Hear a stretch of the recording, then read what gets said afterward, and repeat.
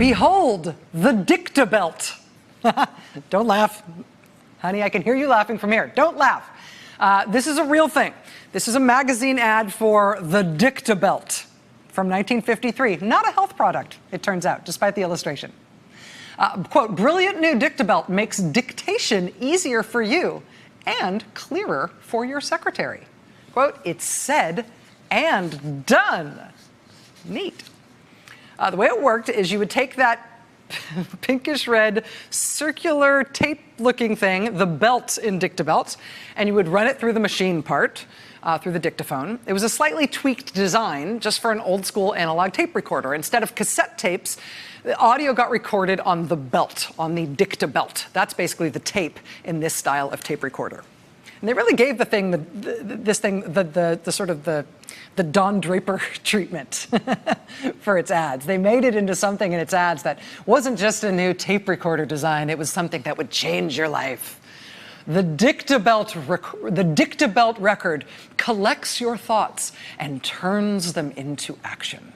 Dictabelt is a mailable, fileable, permanent record that cannot be erased or changed. The Dictabelt. That ad campaign was a little bit over the top for sure. But you know what? Just today, we found out how permanent Dictabelt tape could turn out to be. Look, page 10, footnote 5.2, quote, Dictabelt recording of the president's recollections of March 21st, 1973, and transcript thereof. That footnote is part of this document, which was just unsealed for the first time. It's from 1974, the year that Richard Nixon resigned the presidency. And this document, which we the people are just seeing for the first time ever today, this document is basically the reason why Nixon resigned the presidency. And so the release of this document for the first time, this is a big deal for historians. It's a big deal for anybody interested in Watergate. This is something we've been waiting 44 and a half years to see. But this was also released right now for a reason and with implications that are absolutely positively 100% not about Richard Nixon and that old scandal that ended his presidency. This turns out to be an important new piece of information about the current president and the question of whether scandal will end his time in office as well. Let me show you what I mean. All right, as you know, 45 years ago this past week was the Saturday Night Massacre. Right, October 1973, that's when Nixon fired the special prosecutor who was investigating Watergate. That was this guy, Archibald Cox.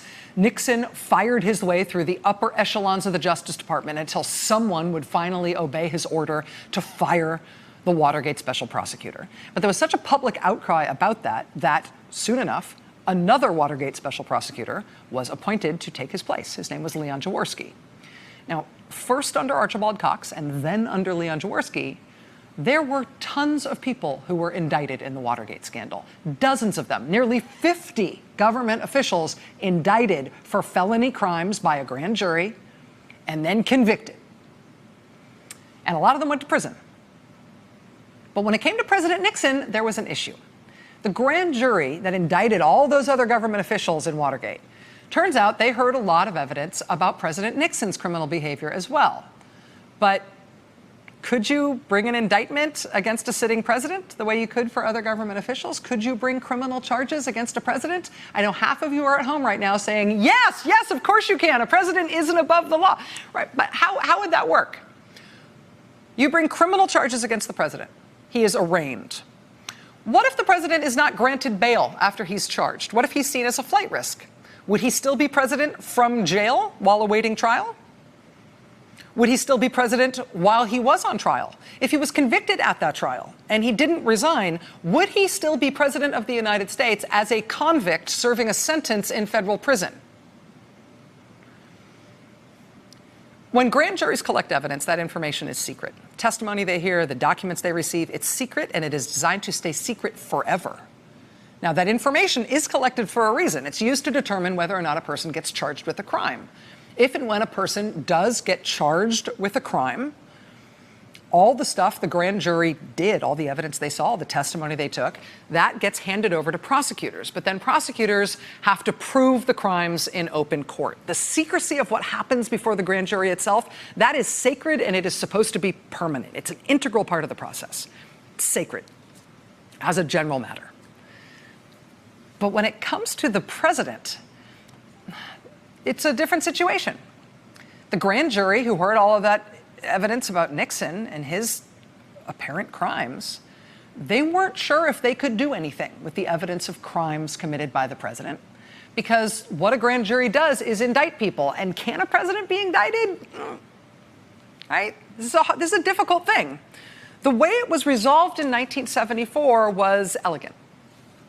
The grand jury collated all that evidence that it had gathered about Nixon's alleged crimes, enough for an indictment for sure, they made clear. But because it was the president, what happened was the judge overseeing the grand jury proceedings ruled that the secrecy of the grand jury proceedings, in terms of all that testimony they collected, all that evidence they collected about Nixon's crimes, the secrecy of that process could be broken in one very specific way for this one very specific case. Per judge's orders, they were cleared, the grand jury was cleared to collate all the evidence they had collected that might otherwise be used to bring an indictment against the president. They were allowed to put that evidence together in a sealed confidential report, and instead of creating an indictment, they were cleared by the judge to send that document over to the Judiciary Committee in the House for them to do with as they saw fit, to start the process of impeaching the president to remove him from office. Basically, hear from the grand jury, use this information not to put the president on trial in a courtroom, use it to put on an impeachment trial against him in the Congress. The grand jury is allowed to break its secrecy in this narrow, confidential way to provide that evidence to the only court in which that president will be tried, which is impeachment proceedings in Congress to potentially remove him. That's what they did. That's what happened. And what they sent over to the Judiciary Committee from the grand jury, that's ultimately why Nixon quit. Right? He knew he was going to be impeached, and he quit. Well, now today, for the first time, we've got that report. We've got what the grand jury sent over to Congress. You can see the handwritten note at the top, filed under seal, March 1st, 1974.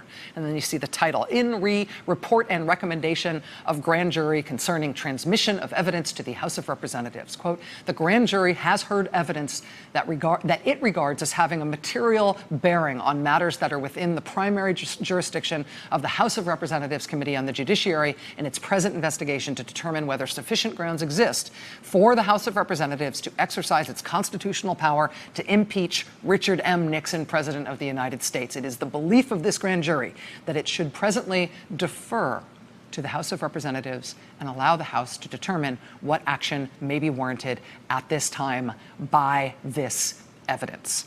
And then it just lays out all the evidence in the simplest possible terms.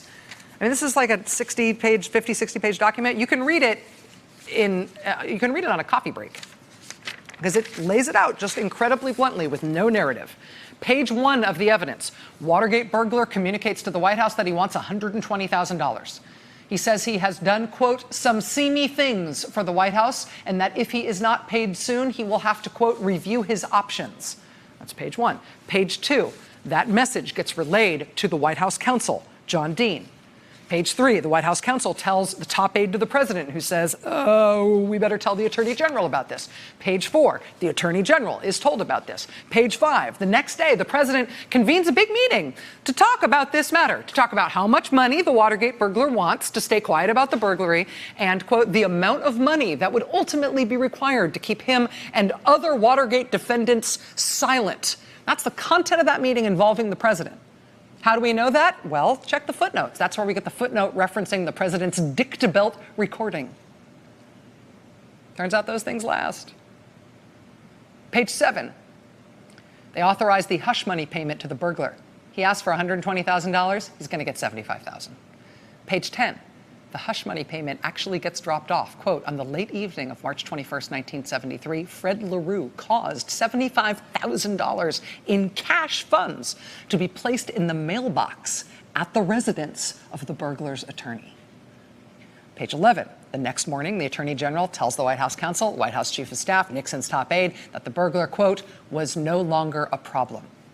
Page 12, later that day, another meeting with the president, handily taped by the White House taping system, according to the footnotes, where at that meeting they discuss what they just did, and they prepare a written report for the president so that he can deny any involvement in case this ever becomes known. It's all just there, step by step by step. Everything the grand jury learned about the president's criminal acts. A ready-made roadmap to the evidence on which you would base impeachment proceedings against the president. They didn't indict him. They gave this to the Congress so the Congress would impeach him. Now, this thing has been called the roadmap, colloquially, in legal circles for years. We are just getting to see it for the first time ever today. But the reason I say this is not just about Nixon is in part because of the reason we're seeing this today. The group that sued to release this, to unseal this today, they're calling this a roadmap not just for Watergate, not just for then, but for now. They're calling this the roadmap for the Mueller investigation, for how the factual findings of the Mueller investigation that pertain to the president or potentially to the vice president, how those things should be reported to Congress and to what end. Quote, the roadmap is a critical historical precedent for ensuring that the facts uncovered in Special Counsel Mueller's investigation become public and serve as the basis for whatever accountability is necessary. Our democracy depends on it. It is, of course, possible that the Mueller investigation and the grand jury he's working with, it's totally possible that they will find no wrongdoing whatsoever that redounds to the president or the vice president. If they do, though, of course, Mueller could try to bring indictments. He could test that possibility. Or Mueller could do a report, maybe a Ken Starr-style, potboiler report that might be made public. Or Mueller could deliver the findings of the grand jury to Congress to form the basis of impeachment proceedings against the president or vice president if the findings of the grand jury, the evidence uncovered by the grand jury warrants that. And now, as of today, for the first time in U.S. history, we can see what the historical precedent would be for Mueller doing just that. If Mueller followed this roadmap from the Watergate era and made this kind of a report to Congress, obviously with a Republican Congress, presumably we'd never see the report again. With the Democratic Congress, whole different ballgame. Elections in 6 days. Hey there, I'm Chris Hayes from MSNBC. Thanks for watching MSNBC on YouTube. If you want to keep up to date with the videos we're putting out, you can click subscribe just below me or click over on this list to see lots of other great videos.